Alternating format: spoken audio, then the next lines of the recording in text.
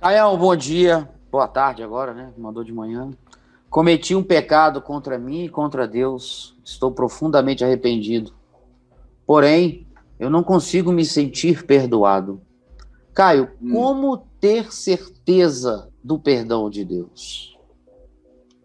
Primeiro é que perdão não é para ninguém sentir, né? Assim, de saída, eu estou me sentindo perdoado. Não consigo me Comia, sentir perdoado. Na conversa dele. comia a mulher do meu irmão, mas foi umazinha só, ela também queria, foi irresistível. Mas eu Hum. saí dali, fui para o banheiro, chorei, chorei. Senhor Jesus, ela é muito gostosa, mas não é para mim. Me perdoa, Jesus, ela é uma maravilha, mas não é para mim, é do meu irmão. Porque eu fiz isso, Jesus, eu já estou assim de novo. Me brocha, Jesus, por favor, Jesus. Ai, Senhor. Aí acaba de orar, fecha o chuveiro, respira e diz: estou me sentindo perdoado. Estou me sentindo perdoado. Isso é mentira. Se o cara tem uma consciência minimamente saudável, ele vai curtir uma culpa saudável algum tempo. Não ter culpa jamais é adoecedor. Pode ser um sinal de sociopatia, de psicopatia. Uma pessoa que comete o mal e não se importa, e não sente, e não se aflige, não aflige a sua alma pelo seu pecado, e não escreve um Salmo 51, não escreve um Salmo 32, não escreve um Salmo 38, confessando o seu pecado diante de Deus, está doente de alma, é insensível, é inatravessável, é um ser impermeável, implacável. Essas pessoas são assustadoras. São essas que fazem as piores coisas e no dia seguinte dizem: não, o Senhor me perdoou e eu já estou perdoado. Olha, o Senhor, ouça bem e me veja bem, o Senhor me perdoou antes de eu nascer. O Cordeiro foi imolado por mim antes que houvesse mundo. Cada um dos meus dias já estava contado e determinado sem que nenhum deles houvesse ainda. No entanto, isso é coisa de Deus. Eu não sou Deus, a minha memória começa a funcionar de 2 anos e pouco para cá, porque eu tenho uma ótima memória. Me lembro de coisas com 2 anos, 2 anos e meio, mas é raro. Agora, antes disso, eu não existia, eu não era, eu não carregava essa memória. Eu não sabia que eu já nasceria perdoado. E eu vim a saber muito tempo depois. E graças a Deus eu sofri todos os meus pecados. Eu comecei a transgredir muito cedo. Porque uma criança pode fazer o que é mal. Eu aprendi isso na escritura e eu pratiquei, como criança, coisas que só eu sabia, como eu tinha consciência da minha malignidade, da minha sonsice, da minha safadeza, de como eu ia para a casa de alguns compadres do meu pai já pensando na vagininha da filha do compadre lá, do meu padrinho, ou em qualquer coisa, ou em qualquer entradinha. Eu ia brincar com qualquer coisinha dela.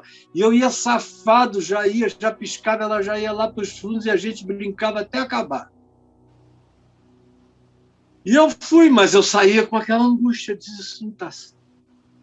Quanto mais eu fui ficando de menino, fui virando adolescente, eu tive um período aí na adolescência em que eu dei uma certa naturalizada nas coisas, depois, no início da juventude, mas de vez em quando eu sentia que eu tinha abusado demais, o meu coração experimentava culpa, angústia.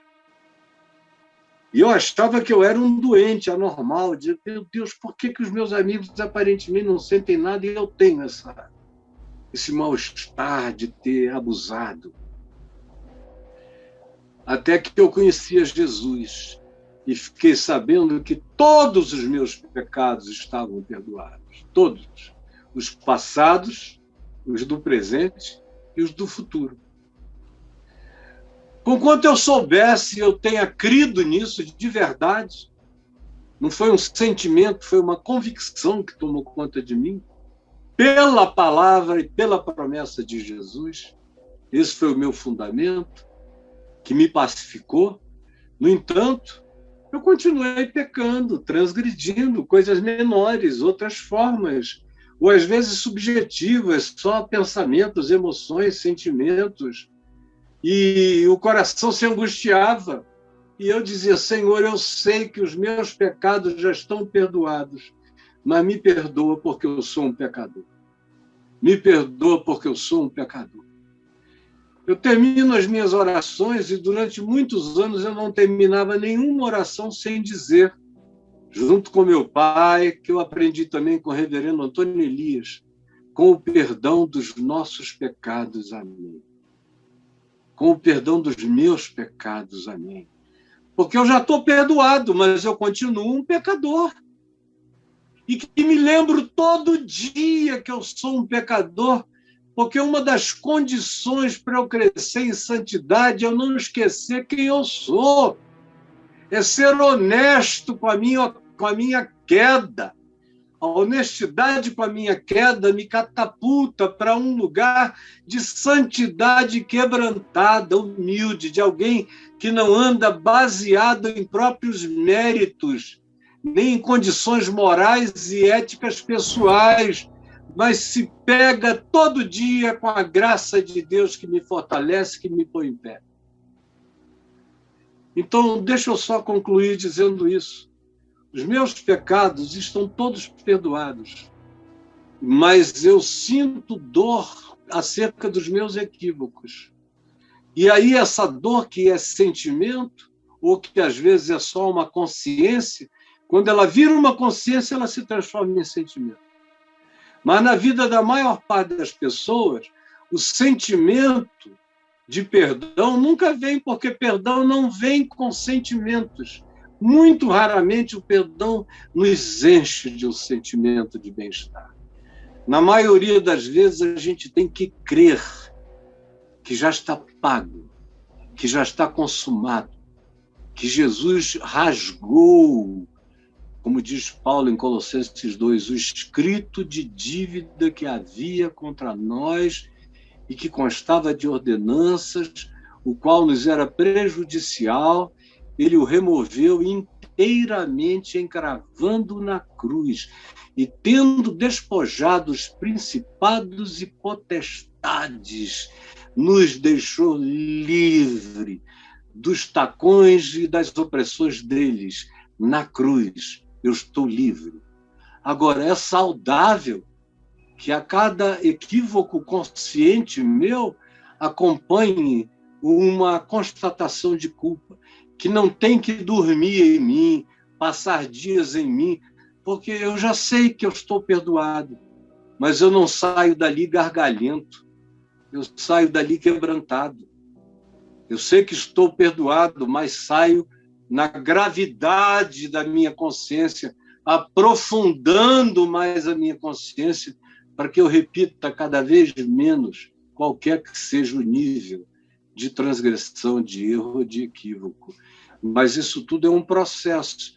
E perdão é uma apropriação pela fé.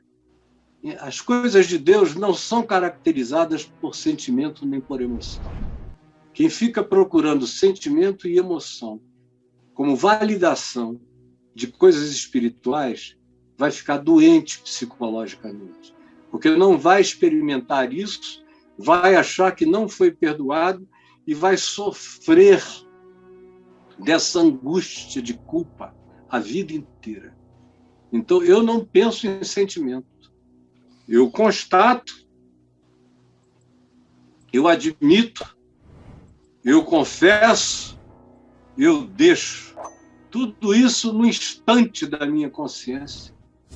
E quebrantadamente, deixo aquele espigão se transformar em raiz, colocar seu espigão fundo em mim e me levanto com sobriedade e caminho com sensatez crescente cada vez mais e com saúde mental, sem nenhum tipo de perturbação que busque validação de sentimentos ou de emoções.